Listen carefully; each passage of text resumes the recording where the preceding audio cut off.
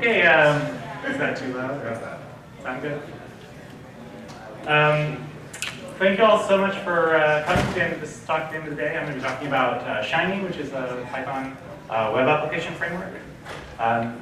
And I think the sort of where I wanted to start this talk was to talk about sort of how data scientists kind of actually deliver value. So my background is as a data scientist. I've been working there for about 10 years or so until I moved over to Posset to do software engineering. And what I kind of always noticed is that data science has kind of a last mile problem. You do a ton of work to gather data, to get access to that data, to find a place to analyze it, do the analysis, build the model, and then at the end of the day, you kind of have to deliver it. And that point of delivery is where your company starts getting value from your work. But that point of delivery is really difficult. You often have to wait for, I think especially in Python world, you often have to wait for like, a quote-unquote real web developer to come in and build the product that is going to deliver your analysis to stakeholders, people who actually pay your bills. This is really expensive. As you saw in PyData, it had a great case study. It's really expensive to hire somebody from outside your company, find web developers in your current company, get it on their roadmap. It takes forever to do this type of work by the nature of kind of the frameworks that those people use. And most importantly, it's often incorrect, right?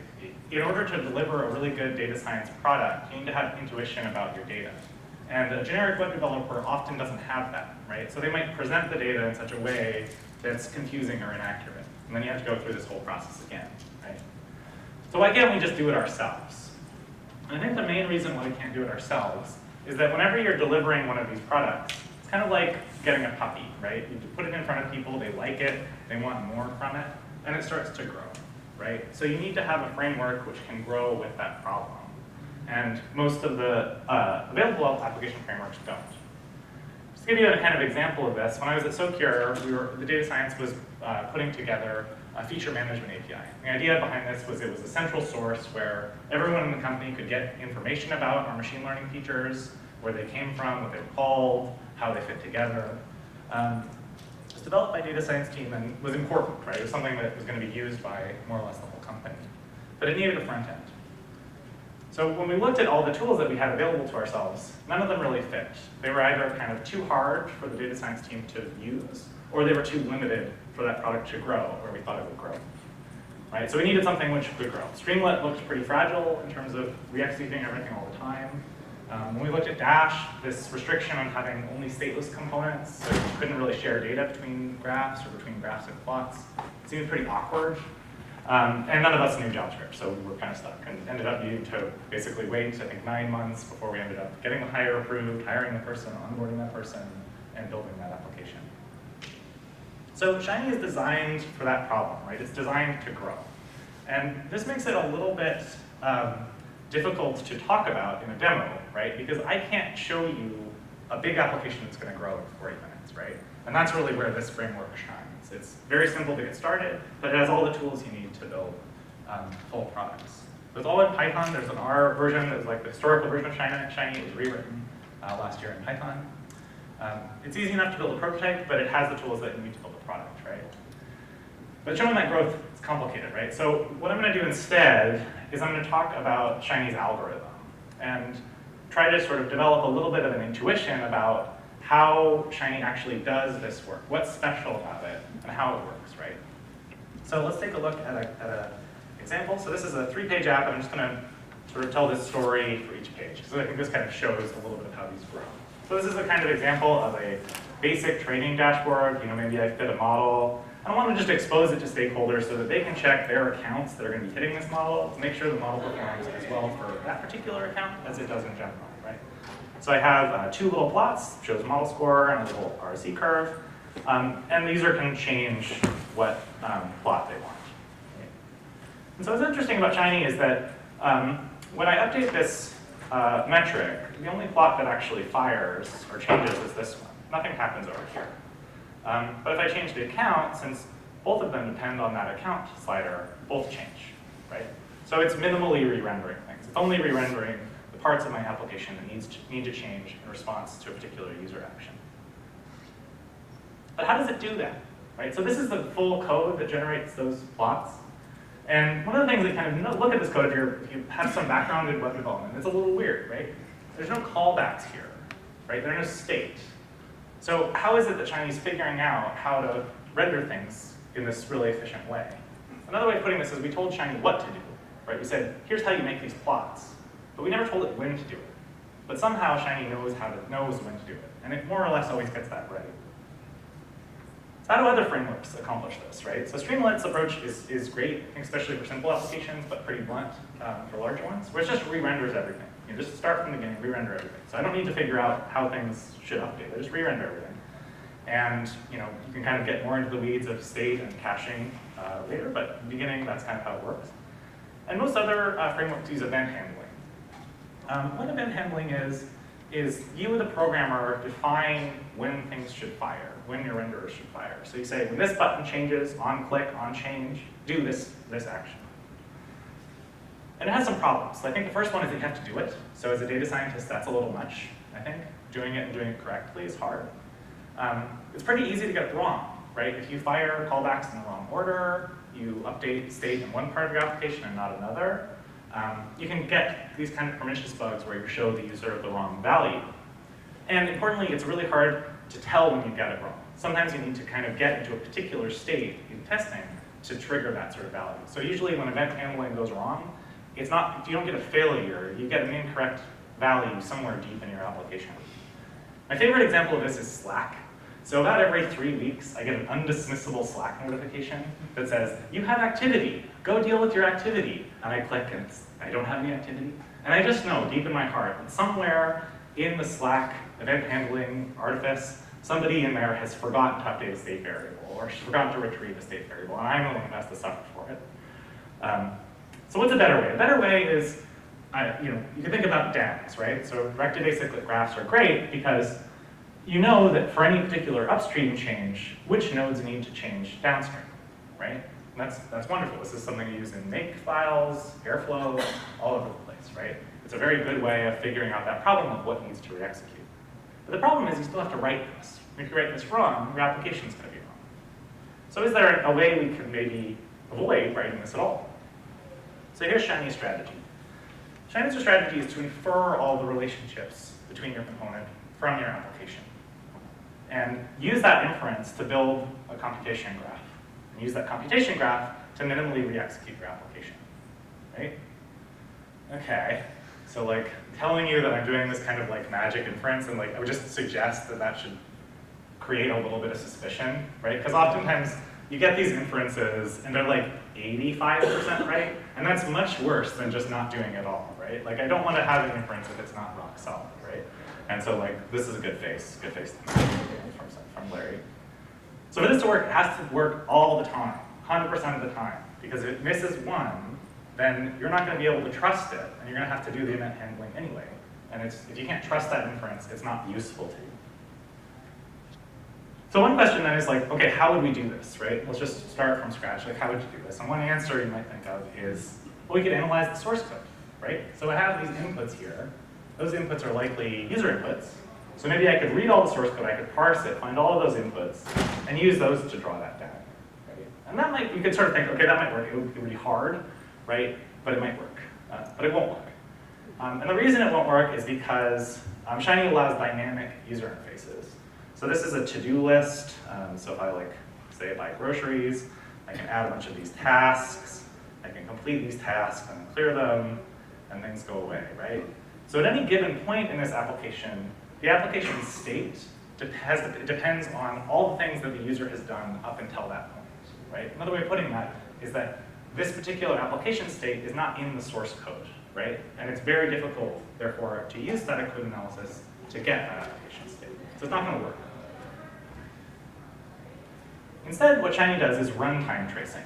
So at runtime, while your application is running, it just watches what all of the different components ask for, and it writes that down. It says, okay, you asked for this thing last time. I'm going to know that when that changes, I'm going to ask you to re-render, right? Because I remember that you asked it. I don't really care about what's happening in the code. I just know that you made a request for this thing, and that thing is a reactive thing. So I'm going to just keep track of that. But what happens inside, not really my business. So how does this, here's a kind of just walk you through a really basic example. So user asks for this output. So this is an output on the screen called text is the ID. Shiny then goes and finds the rendering function that matches that ID, it fires it. And when it fires the rendering function, you see there's this input call. So that's a call out to an input from the UI. And then Shiny goes and gets the value of that UI and records all of those steps, right? In a simplified way, you get this little graph. So you get one input to one output. Most of the rest of this talk is just going to be about these beautiful little mermaid graphs. I say so myself. So let's just refresh our memory about what this looks like, right? So I have two inputs and two outputs, like the count input, the metric input, and then the model metrics plot and the distribution here. And when Shiny starts out, this is all it knows. It just knows that there are four things. Two of them are inputs and two of them are outputs. Has no idea about any of the relationships between them. And so it's like, okay, I don't have any idea what's going to happen, so let's just try to get one of these outputs. Pick one at random. I'm going to pick the metric plot. So it calculates the metric plot, and the metric plot goes out and requests the selector and the count selector, right? Those are the two things it needs to generate its plot. Shiny does that and draws these two lines. And the distribution plot fires, and that only needs the account selector, so the model metric doesn't matter. And there we have our graph. No static code analysis required. So when the account changes, Shiny does something called invalidate. And what that means is it tells the downstream dependencies, you're not good anymore, you need to recalculate. So it invalidates those two outputs, and when things are invalidated, it just forgets everything that it knows about those relationships. Because again, this is all happening at runtime. So while those relationships that was the relationships before, it might not be the relationship now when I recalculate. So it recalculates, and in this case, it gets the same graph. Goes and gets these two inputs, tries to calculate the distribution, gets the account selector, and we're back. If the metric changes, though, something different happens, right? Because the metric only has one child node. So that's the only one that invalidates, but the distribution plot doesn't need to invalidate, right? It didn't depend on metric, so it's still good. It doesn't need to recalculate.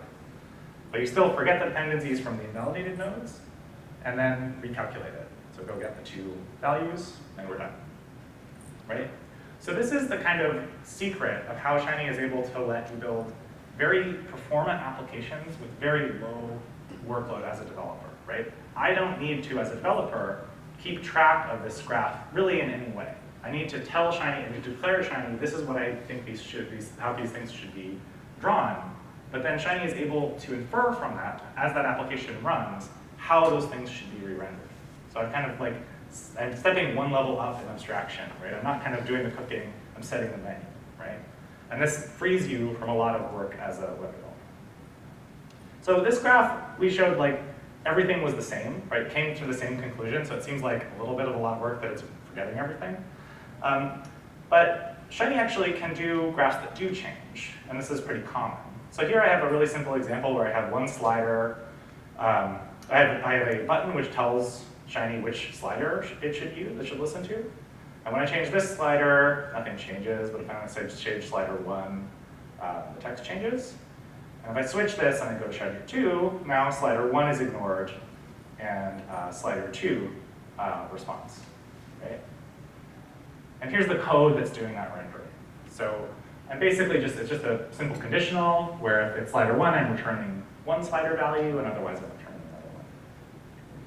So again, Shiny knows nothing about this application. It just knows that there are 3 inputs and 1 output. Tries to calculate the text output initially, and the first thing it needs is I'm doing that conditional, which slider should they fall in? Go get the button's value. And then it knows to go get the slider value, and we're finished, right? Never got to input slider 2. So then when slider 2 changes, nothing happens, right? And I just want to pause for a second and explain why that's correct.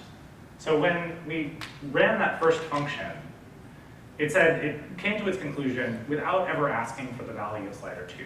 And what that means is that for all possible values of slider 2, this output is the same. And if that's true, that means that if slider 2 changes, we can just ignore it, right? Because for all possible values of that, the output ended up being the same. So slider 1 changes, this kind of the same process, where the text output invalidates, it goes and gets the button's still slider 1, so it changes to slider 1. But if the buttons change, when it invalidates text output and goes and gets the new value button, which it says, go look at slider 2, this time it's going to get slider 2, right? And we have a different graph. So that's kind of why we have this process of things changing, because the reactive graph is going to change over the course of that user's application. And again, for those dynamic UI elements where you're adding and removing things, or things are changing based on other values, this is really important, because you might actually add or remove nodes from this graph based on what has happened previously to that in that session. Any questions about that? Okay, that's either very clear or incredibly unclear, so let's power through. So what's great about this pattern is that it scales. So every single Shiny app uses this exact pattern. There's no way of developing complex Shiny apps versus simple Shiny apps, right? They all fundamentally use this type of transparent reactivity. And you can kind of imagine how this scales, right? DAGs are very efficient at rendering. So if I have lots and lots of components, assuming that Shiny is going to be able to use this same process to put it into a DAG, it's going to be able to render those very complicated applications. This works for dynamic UI, and lastly, it's lazy. So because it's starting out at the bottom of that graph, where the user is asking for something, if something is hidden from the user, it never gets calculated, right, until the user actually goes and asks for it. So I'll give you a kind of example of this. So here I have these 3 tabs with stuff happening on them, but the training dashboard is the only one that actually in computation is happening, because the user hasn't asked for anything on these background tabs, right? So while Shiny's kind of has attached them to the DOM, they're not calculating. Okay, so that's what we've kind of been working with shallow graphs. Everything is, all the inputs are being directly consumed by an output. And that's great, kind of these simple cases, it works really well. But it's pretty limited, right? In particular, each of those rendering functions is kind of working like Dash. They're doing all of the work they need to calculate, and they're not really able to share common calculations. So there's kind of repetition, there might be repetition between them. And that kind of limits its efficiency. So we have a concept called a reactive calculation. And what a reactive calculation does is it's basically a way of creating a function in this reactive paradigm. So it creates a calculation whose results can be used by other functions, either other reactive calculations or other renderers. This basically adds depth to our graph. So let's take a look at this model monitoring. So this is an example of it growing. Everyone's happy with my model. I've deployed it. And now I need to keep track of it. And this is a production. There's lots of data coming in, so I need to have some way of basically taking a sample and investigating it. So the idea here is that I'm able to specify a date range, create a sample size, and this is going to query a database to bring in my sample. But I can still flip through these accounts in memory, so this will pull the data for all the accounts that I have, and so that accounting will be really fast, even if the sample maybe is a little slow. So what do I want from this? So I want to query that database to get that sample. And then later on, I want to filter that sample in memory. Right? I don't want to have to go back to the database. I want to have that filter in memory. I want to send that same data to the 2 coding functions without doing the filter again and without doing the sample again. Right? I want to send that data. I want to cache the results of all of those queries. I want to invalidate the cache whenever its upstream dependencies change. And I don't want to do any thinking or work. Right? I don't want to have to worry about this at all. I'm a data scientist. I'm not good at that stuff. So I just want to have it, have it be handled for me. And so this is, I think, one of the core things about Shiny is that there are other Python application frameworks that can do some of these things, but none of them can do all of them. In particular, I think none of them can do 4, 5, and 6 together. Right? So how does Shiny do 4, 5, and 6 together? So we have this reactive calc decorator. And what that does is it caches its value, right? So whenever it runs, the first time it runs, it caches its value. So you can call it repeatedly. And it sticks that reactive calculation in the same reactive graph. So it discards the cache whenever it's upstream, whenever it's invalidated, and it tells its descendants that they need to be validated, just like the inputs did. So this is how you might code this that example. So you see we have 2 reactives here. One is the sample data that handles that query step, querying the database. And then the second one is this filter data that does the account filter. And how you call these is you basically just call them as functions. So in the filter data is calling sample data, and then when I have this plot scores, it's calling filter data. So I have these little hexagons to kind of indicate reactive calculations. But again, Shiny, when it starts, it doesn't know how these things are related. It just knows that there's 3 inputs, 2 reactive calculations, and 2 plots. And it starts from the bottom and just tries to calculate the model score. So it calculates the model score. Model score goes and says, I need that filtered data. Filtered data requires the account and the sample reactive calculation. That sample reactive calculation then runs, and it says, oh, I need the dates and the sample size in order to get the sample. It does that, passes the data down to model score, plot's produced. But when the API response calls, this just needs the filtered data, right? It needs the exact same thing as model score. So nothing is calculated, right? No filtering is done, no sampling is done. It just goes and retrieves the cache, right? But when things are, so that's how the caching works. When the invalidation happens, basically, so if the count changes, it sort of does the same thing. It tells its descendants you're invalid, right? So filter is invalid, it needs to recalculate. Filter goes and tells its children, hey, you're invalid too. And they forget everything that they knew about their previous dependencies. Then the same process goes. Model scores runs, gets filtered. This time it doesn't take a fresh sample because the upstream of sample hasn't changed, right? So and that's important because whenever you're doing these kind of sampling operations, you want to take your sample once and interrogate that same sample in many places, right? So if you're not doing this type of caching with sampling, you might end up with this place where whenever I change the account, I'm taking a fresh sample and I'm getting like actually inaccurate intuition about it, because it might be one sample shows one value, another sample shows another one, when I really want to just investigate that same sample. An API response does the same thing as always does, which is it just gets the cache value because it goes to the when something further upstream changes, the whole graph gets invalidated. So when sample chat size changes, we do need to go get a new sample from the database. So sample invalidates, filter invalidates, plots invalidate, and we're back to our initial state of not knowing anything about this application, and go out and get our same inputs and outputs. And then API response, again, just gets its cache value. So this lets you build up kind of pretty arbitrarily complex applications because you can stack these reactive calculations as deep as you need to, right? And they're always going to do effectively the minimum amount of work that you want to use, that they need to in order to generate your application. So whenever you're developing Shiny apps, it's pretty important to stick to a pretty strict do not repeat yourself rule, both because it keeps your code in one place, but also because by avoiding repetition with reactive calculations, you actually make your whole application much more efficient. Okay, any questions about that? Yes? How are you, so what criteria are you using to determine if data has been cached or not? Are you looking at the values that were retrieved by that input function? No, we're not. We're just using a graph. Okay. Right? So we don't know, we're not like, and this is also important because we're not like caching that to disk or caching that in memory, like hashing the whole big data frame. Oh, okay. We're just holding the object in memory and knowing that like the way we're determining whether it needs to change or not is basically did my parent nodes change. Okay, right? so if I ask for count A, then B, then A, the whole thing triggers again? Yes. So I can call it Yeah. A? Oh, okay, Yeah. gotcha. Because again, Shiny isn't like, yeah, so there are ways of doing that type of caching in Shiny too, where you are sort of saying like, I want to just check that the value. But the problem is that like, that check isn't free, right? So if I'm doing that hashing, I have to do a hash and a hash comparison, which if it's a giant data set, might actually be more expensive than the filter, doing the filter twice, right? So you can do that, but it's not automatic, right? The automatic thing is that we're just going to hold the result of that filter calculation and determine it based on the graph. Great question. Okay, so reactivity is a great default, right? This idea of just I'm going to infer how things should work, manage state and caching and validation for you. But it's not the only thing, right? Not everything fits this pattern perfectly. So sometimes you actually do want to specify, I want this to happen when that happens, right? You do want to do an handling.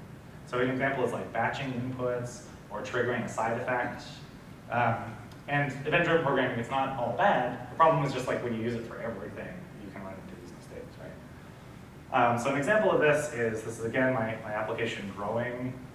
So here, maybe I've determined that like my model isn't doing very well, so I need to like do some data updating. And I have these little buttons where I'm just saying like reading something, being like, that looks like electronics. You know, and this is like obviously not the thing that people dream of when they're doing data science school, but you know, it turns out it's super important. and I won't bore you very much with this, but every time I change this, it's basically like writing an annotation to a CSV file. So that like doesn't fit very well with this idea of a reactive graph, right? Because I don't really want the value. I want to trigger some sort of thing outside of my application. Update a database, deploy a model, something like that. So we don't want this to react automatically. We want to specify like the user what happens when that button is clicked. So we have this decorator called reactive effect. There's two ones that go together often, reactive effect and reactive event. So reactive effect indicates that this is a side effect, so I shouldn't return a value from that function. I just want the side effect to occur. And reactive event says like what's the trigger for that event. And this can be inputs. It can also be reactive calculations. And the one key point here is I'm referring to this input as an object. This is a callable object, so when you want the value, you call it. But if you just want to say like, pay attention to this thing whenever this thing changes, fire this function. You just call it as the raw object. And then we have this body of the function that defines what that calculation is.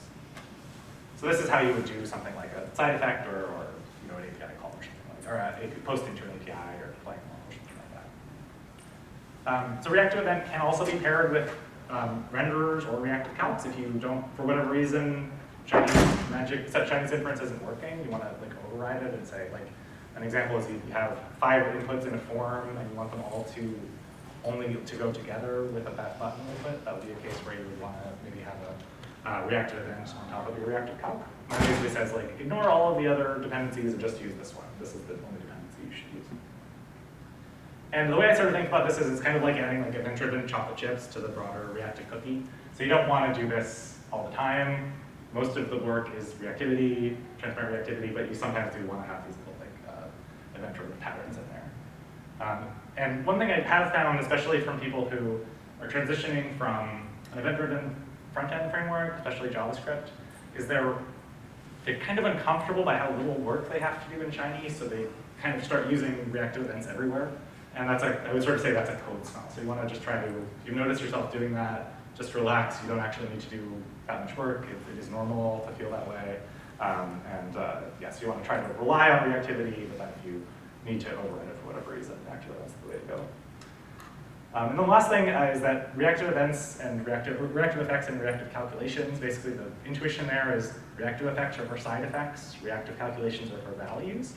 So side effects are things that happen outside of the world of your application, like updating a database or writing to a CSV file, deploying a model, something like that.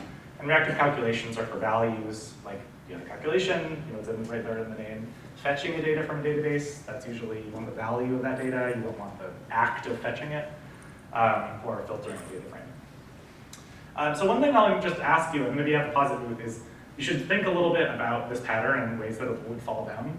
We have a lot of other functions that I'm not going to get to today that kind of cover those. So reactive isolate is to prevent cycles in your graph. If you need to include data, like a database or some external object as part of that reactive graph, like you have an Airflow pipeline that's dumping a file and you want your app to always react to the changes in that file. Reactive poll or reactive file reader do that. If you want something to react to time, basically like invalidate every 5 minutes on a cycle, we have invalidate later. And you can store variables with reactive values. So if you ever have a side effect that you want to then trigger the rest of your reactive graph, reactive value is how you do that.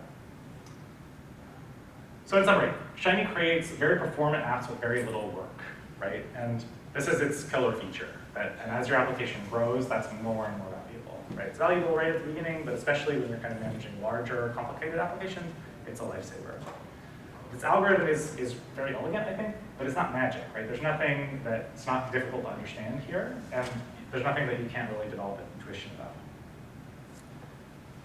And then overall, I would say it's important that whatever framework you pick, that like your users are guiding how your application looks and feels, not the limitations of your framework, right? So you want to have a framework that gives you the flexibility that you need to really accomplish the things that your users want you to do. And choosing a framework that can grow is super important. So thank you. I have a couple of minutes to take some questions. I think I'm about 6 minutes early, but I'll also be around the booth today or tomorrow. So if you want to come by, pause the booth and chat with me or the rest of the team, I'd be happy to do that. Any questions?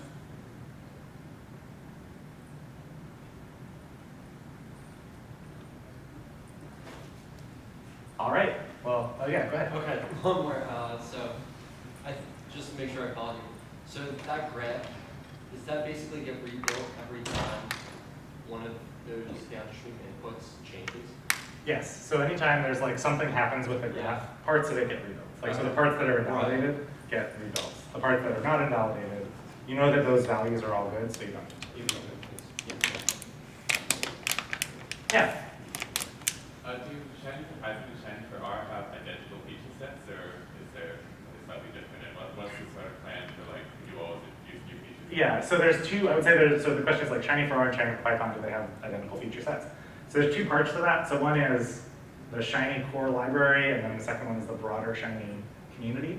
So I would say like right now the core library for Shiny for R and Shiny for Python are pretty close.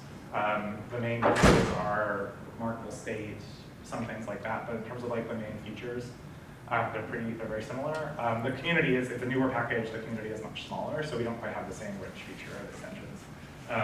So we have a plan of kind of continuing to bring the core library closer to it, but most of the stuff that we have now that's missing are things that new users don't use all that much. So our focus is more on like improving the early experience of Shiny, which there'll be some divergence, I think, over those two libraries, because they are just different discrete projects. But yeah, they're pretty close. And Shiny for Python also has most of the BSL components as well in build, so they're the same library. Yeah. How customizable is the front end? Like if you wanted to do styling and Yeah, so fully. So you can do so all of those. Like all of our inputs have just basically like a CSS class. You can change those. Most of them take CSS styles directly. You can include arbitrary CSS or JavaScript on top of it. We also have some new documentation that's coming out in terms of extending, like including new JavaScript components as part of your application. So that's also possible, where you can basically like write your own component and have that component react to all the other components as well. So that's possible today. We just haven't written it down. We're in today writing it down, and so that's another thing that's again the history of Shiny is from people who did web development, JavaScript web development. So that was kind of like table stakes, I would say, for them. I'm just basically like I want all the things that I need to build a large custom application. Any other questions? We have 2 more minutes. Yeah. Can you talk a little bit about how you define the layout of the app? Yeah. That wasn't the main point of this talk. I think I've lost my section. So basically the layout is defined, it looks a little similar to Dash. So we have like UI functions that you nest inside of each other. So that's basically like the way, so if you have like a sidebar, there's like a function like UI.page sidebar. So we have a UI submodule that has all of our user interface components, and basically you just kind of nest those together. That can be created however you like, so you can write it out, but for a lot of times people want to write functions that render UI things, like chunks of UI code or store them in objects. We also have a module system if you want to write basically a function that includes both a UI and a server element, and to kind of keep those in their own file or share them between applications. So we have tools for that. But basically it's like that's basically So you're calling functions that say like add an input, call it this. yeah, ID. Yeah, this is the Yeah. ID. Add tabs. Yeah, tab set. Here's your navigation things, and yeah, that's a pretty robust way of doing it. We are kind of also again in like a little bit of process of seeing if we can create a simplified version of that maybe doesn't do quite as much, but it's a little bit easier to start. But that's kind of early stage. But yeah, so that's the main pattern for doing that, and that's where you like define those IDs or what those inputs and outputs are. Is that UI object? Okay, so I'll be here if anyone wants to come up and chat afterwards. Just some other things, we do have a Discord, which is quite active, so if you want to just join to ask questions, it's a great place to do it. And yeah, hope you give it a try, and come talk to us at the booth tomorrow if you're around. Thank you so much for your talk, Greg.